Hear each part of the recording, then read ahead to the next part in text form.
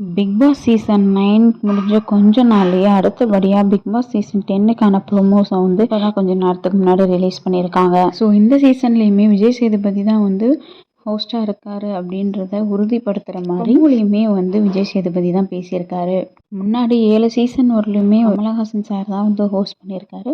இப்போ கடைசியாக 2 சீசனாகவே வந்து விஜய் சேதுபதி சார் தான் வந்து ஹோஸ்ட் பண்ணிட்டு இருக்காரு. அடுத்தபடியாக 10வது சீசனுமே விஜய் சேதுபதி சார் தான் ஹோஸ்ட் பண்ண இருக்காரு. 10 சீசன் முடிஞ்சதுக்கு அப்புறமாவது பிக் பாஸ் அல்டிமேட் வந்து ஸ்டார்ட் பண்ணுவாங்க அப்படின்ற கேள்வி வந்து எல்லாத்துக்குமே இருந்துட்டு இருக்க நிலையில பிக் பாஸ் சீசன் 10 வந்து சீக்கிரமாகவே ஸ்டார்ட் பண்ண போகிறோம் அப்படின்றத அஃபிஷியலாகவே கன்ஃபார்ம் பண்ணியிருக்காங்க.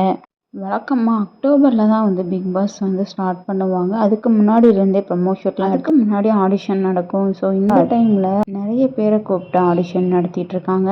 வழக்கத்தை விட வித்தியாசமாக இருக்கணும் அப்படின்னு சொல்லிட்டு த காமன் மேன் அப்படின்ற ஒரு கான்செப்டை உள்ள கொண்டு வந்திருக்காங்க. பிக் பாஸில் வந்து செலிப்ரிட்டிஸு ஆக்ட்ரஸ் வந்துட்டு இருப்பாங்க. ஆனால் இந்த முறை ரொம்பவே யுனிக்காக இருக்கணும் அப்படின்றதுக்காகவே காமன் மேன்ஸோட கனவை நிறைவேற்றுற விதமாக நார்மலாக இருக்க பீப்புள்ஸ் எல்லாருமே வந்து பிக் பாஸில் கலந்துக்கலாம் அப்படின்ற வாய்ப்பை கொடுத்துருக்காங்க.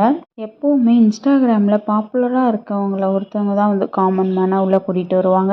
இந்த வாட்டி எந்த ஒரு பேக்ரவுண்டுமே இல்லாத ஆளுங்களாக பார்த்து தான் செலக்ட் பண்ணுறாங்க. ஸோ அதுக்கான ப்ரமோ தான் வந்து இப்போ ரிலீஸ் பண்ணியிருக்காங்க. அதாவது இந்த ப்ரமோவில் என்ன சொல்லியிருக்காங்க அப்படின்னா 2 நிமிஷம் வீடியோவை பண்ணி அவங்க அனுப்பிச்சிருக்க வெப்சைட்டுக்கு அனுப்பணும். அதுலேருந்து ஏதாவது ஒருத்தரை செலக்ட் பண்ணி நேரில் வந்து ஆடிஷன் நடத்தி அதுலேருந்து ஒரு கேம் ஷோ மாதிரி கண்டக்ட் பண்ணி இந்த ஷோவில் யார் வின் பண்ணுறாங்களோ அவங்க தான் பிக் பாஸ் சீசன் 10ல் காமன் மேனாக உள்ளே கூட்டிகிட்டு போவாங்க.